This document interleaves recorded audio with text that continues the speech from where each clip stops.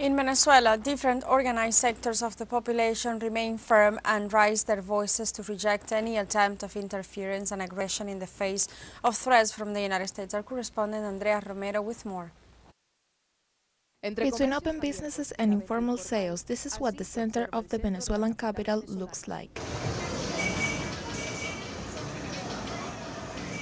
In response to the growing wave of attacks by the United States against Venezuela, the National Farmers United Front has spoken out. We reject these reckless threats against Comrade President Nicolás Maduro and the Venezuelan people. We consider this action to be part of an imperialist plan against the peace and tranquility of the Venezuelan people, as well as an attempt to criminalize and physically and morally eliminate President Nicolás Maduro. For Congressman Fernando Soto Rojas, Venezuela is threatened for two reasons. We have been under threat for a long time.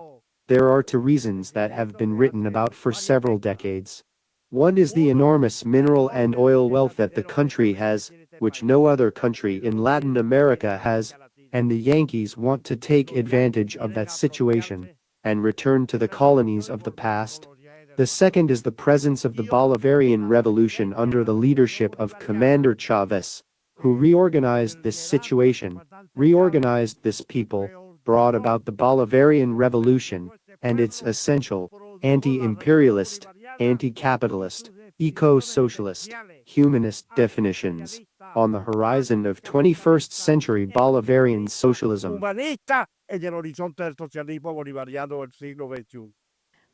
From Revolutionary Square, the Front of Revolutionary Women expressed its support for President Nicolás Maduro and its commitment for national sovereignty. We women raise our voices and condemn the attempt to drive our country into situations of destabilization, riots, and terrorist acts that have already been overcome by our people's desire for peace and popular power, as well as by the awareness of women who are builders of peace and guardians of life.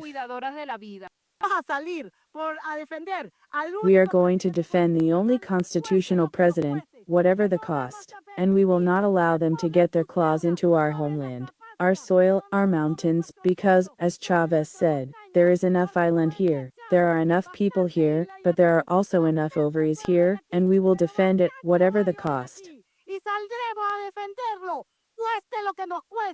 Solidarity and determination strengthen the commitment to defend Venezuelan territory. This collective resistance sends a clear message that no external pressure will be able to break the will of Venezuelans or their commitment to the future of their country.